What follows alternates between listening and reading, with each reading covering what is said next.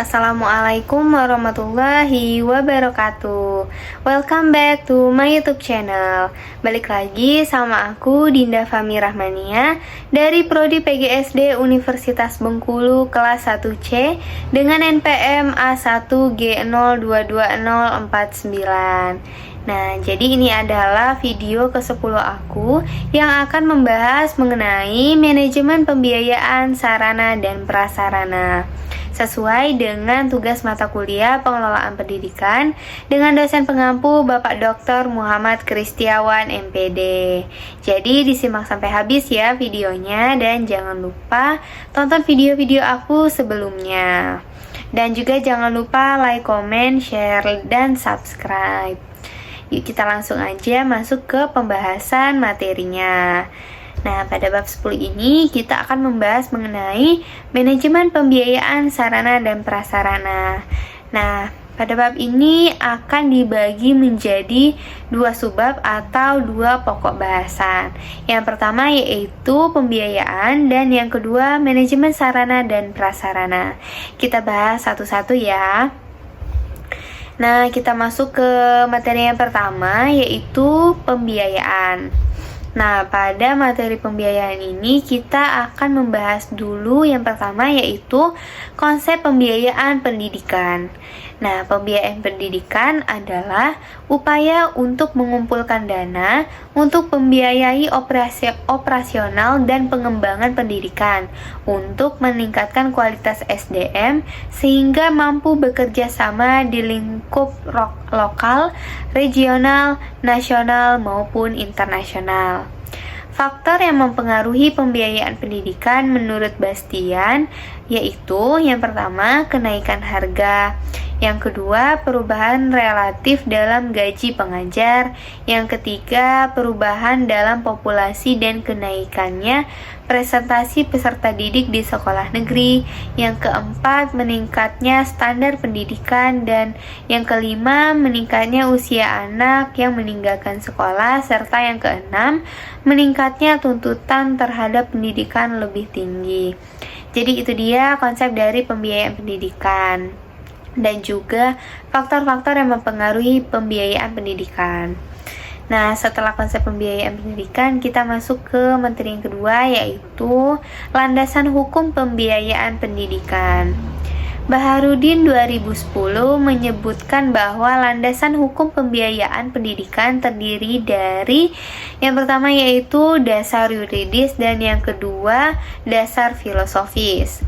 Kita masuk ke yang dasar yuridis dulu. Nah, dasar yuridis ini dibagi menjadi 3 yaitu Pancasila, Undang-Undang Dasar 1945, dan Peraturan Perundang-undangan. Nah, yang pertama yaitu Pancasila.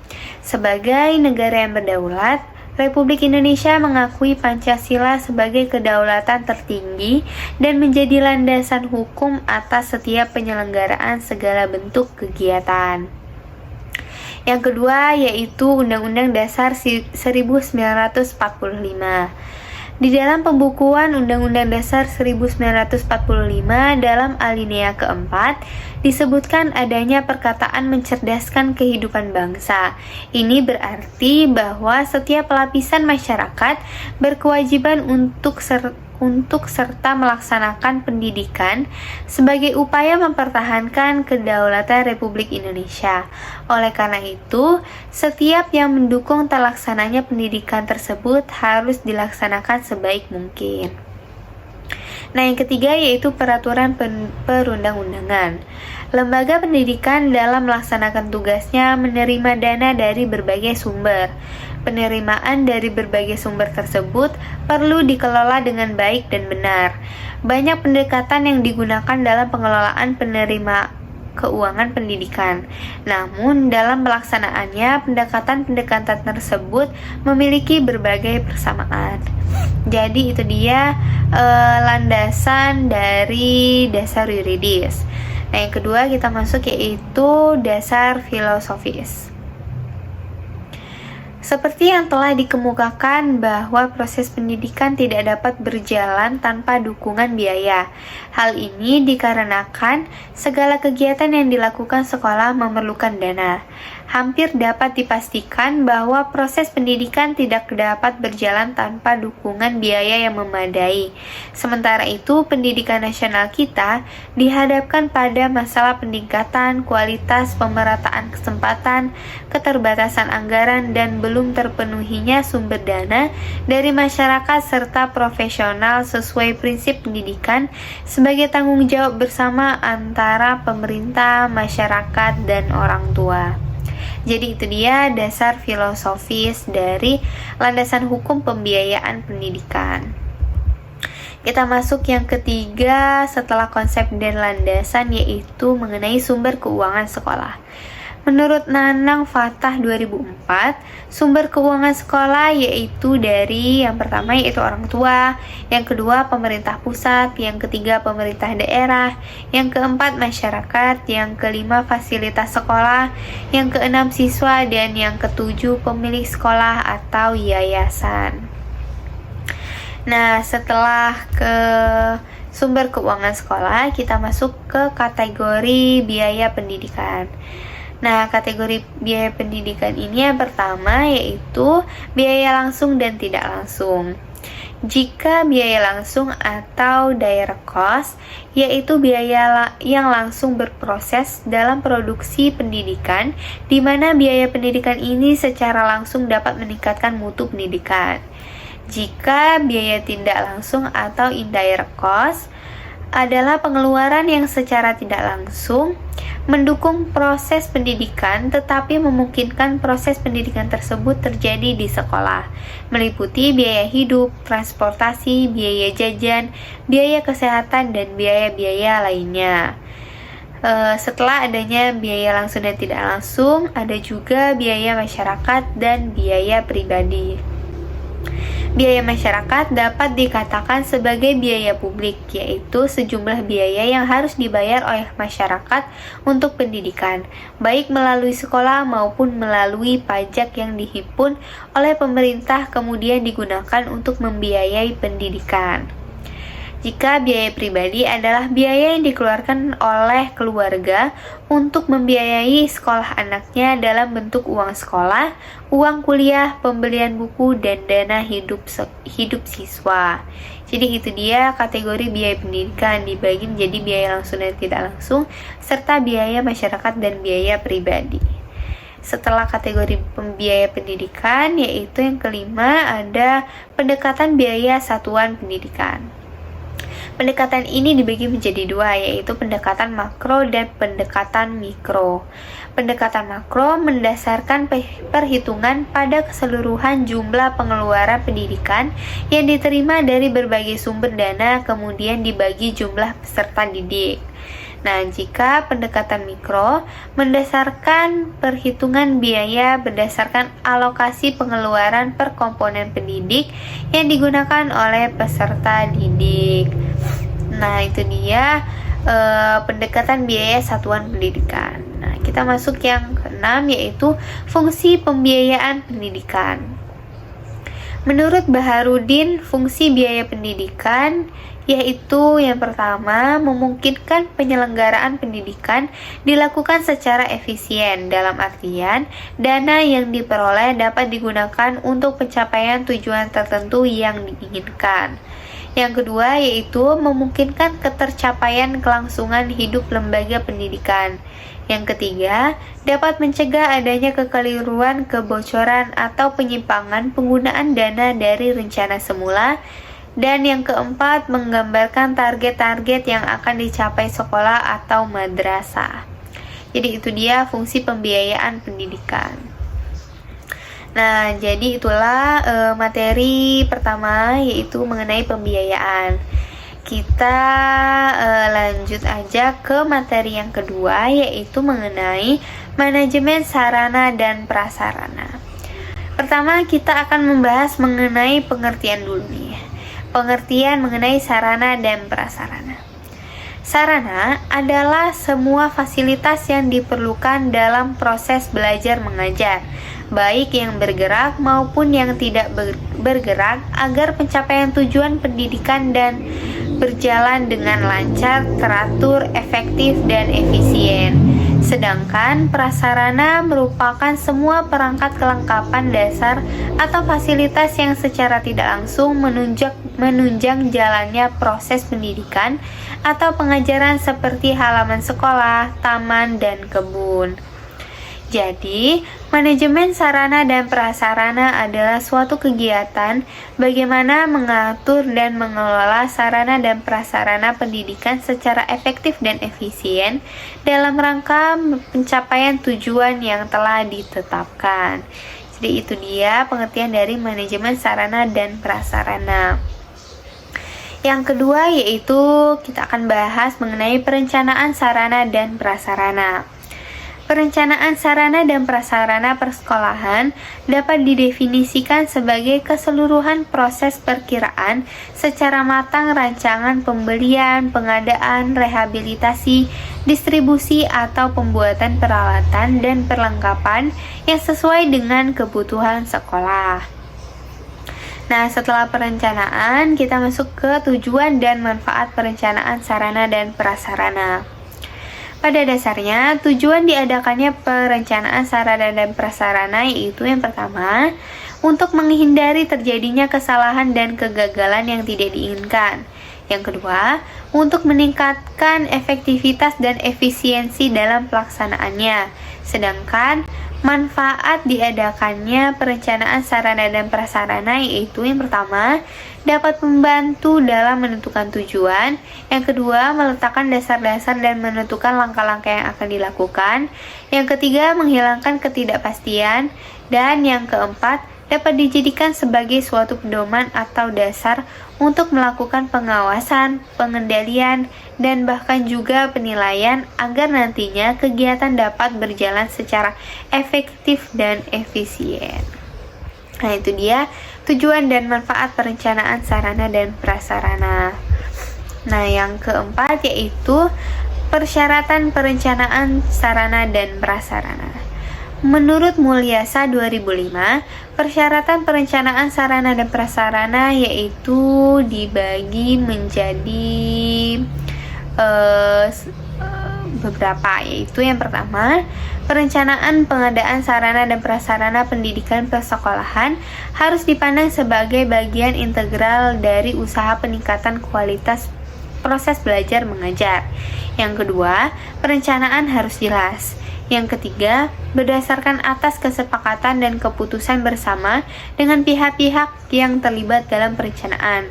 Yang keempat, mengikuti pedoman atas standar jenis, kuantitas, dan kualitas sesuai dengan skala prioritas. Yang kelima, perencanaan pengadaan sesuai dengan platform anggaran yang disediakan. Yang keenam, mengikuti prosedur yang berlaku. Yang ketujuh, mengikut sertakan unsur orang tua murid. Yang kedelapan, fleksibel dan dapat menyesuaikan dengan keadaan, perubahan situasi dan kondisi yang tidak disangka-sangka.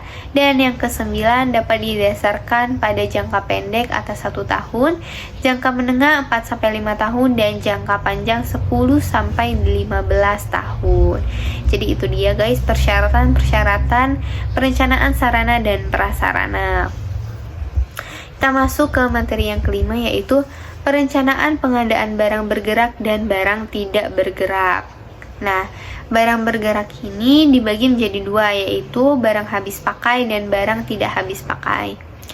Nah, jika barang habis pakai, yang pertama yaitu menyusun daftar sarana sekolah yang disesuaikan dengan kebutuhan dan rencana kegiatan sekolah tiap bulan. Yang kedua, memperkirakan biaya untuk pengadaan barang tersebut setiap bulan.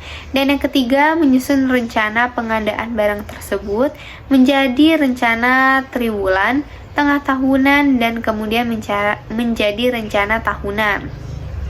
Nah, jika barang tidak habis pakai, poin yang pertama yaitu menganalisis dan menyusun keperluan sarana dan prasarana sesuai dengan rencana kegiatan sekolah, serta memperhatikan fasilitas yang masih ada dan masih dapat dipakai.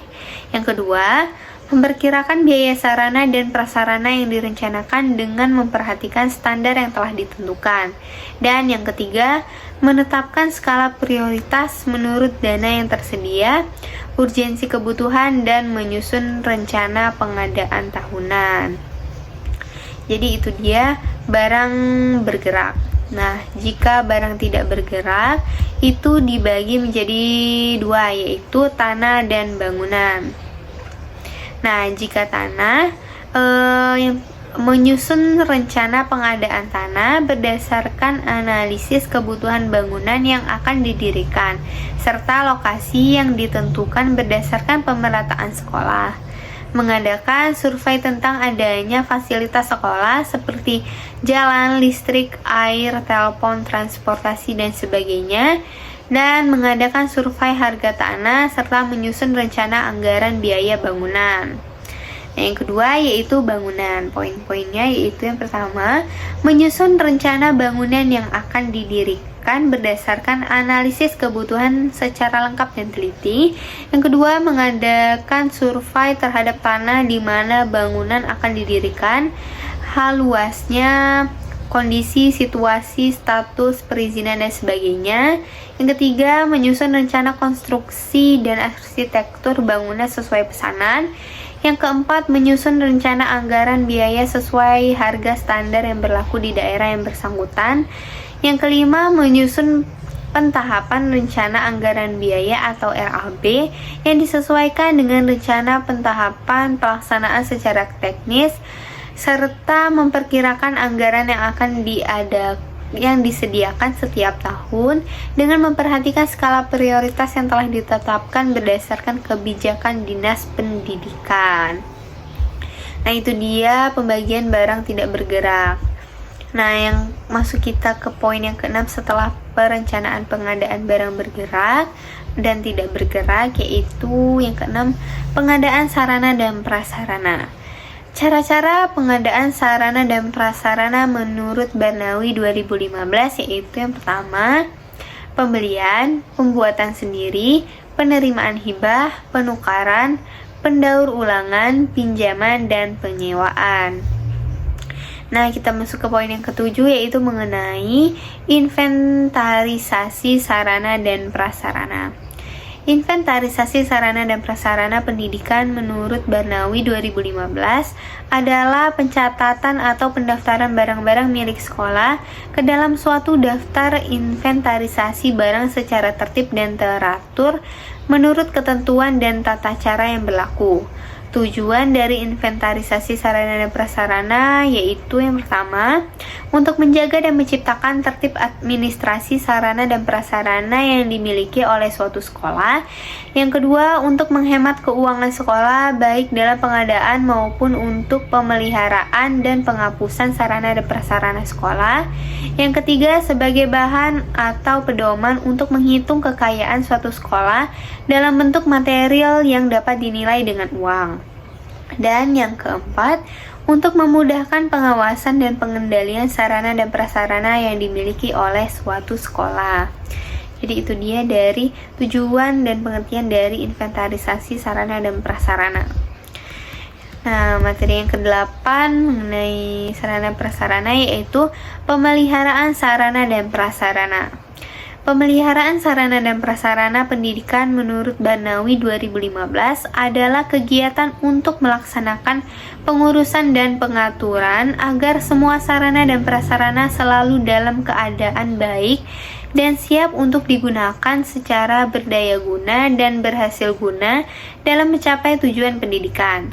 Tujuan pemeliharaan sarana dan prasarana adalah yang pertama, untuk mengoptimalkan usia pakai peralatan. Hal ini sangat penting, terutama jika dilihat dari aspek biaya, karena untuk membeli suatu peralatan akan jauh lebih mahal jika dibandingkan dengan merawat bagian dari peralatan tersebut.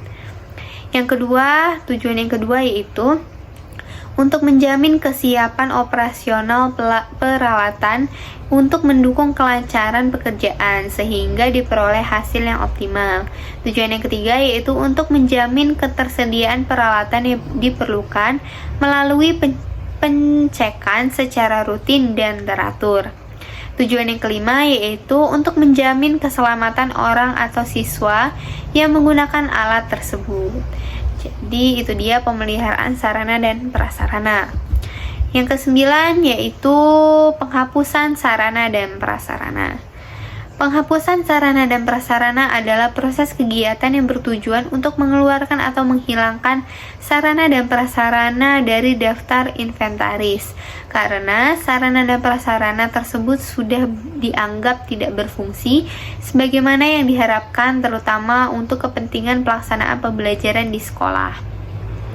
Tujuan penghapusan sarana dan prasarana menurut Barnawi 2015 adalah yang pertama, mencegah atau sekurang-kurangnya membatasi kerugian atau pemborosan biaya pemeliharaan sarana dan prasarana yang kondisinya semakin buruk, berlebihan, atau rusak dan sudah tidak dapat digunakan lagi.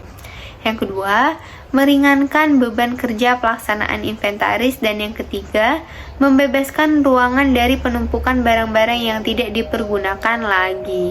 Jadi itu dia tujuan dan pengertian dari penghapusan sarana dan prasarana. Jadi itu dia guys, materi-materi yang dapat kita bahas pada bab 10 ini mengenai manajemen pembiayaan sarana dan prasarana. Jadi apabila kalian kurang mengerti, kalian bisa tanyakan di kolom komentar ya guys. Semoga materi-materinya dapat bermanfaat untuk kita semua. Saya akhiri, apabila saya ada salah kata saya mohon maaf. Wassalamualaikum warahmatullahi wabarakatuh. Sampai jumpa di video selanjutnya. Dadah.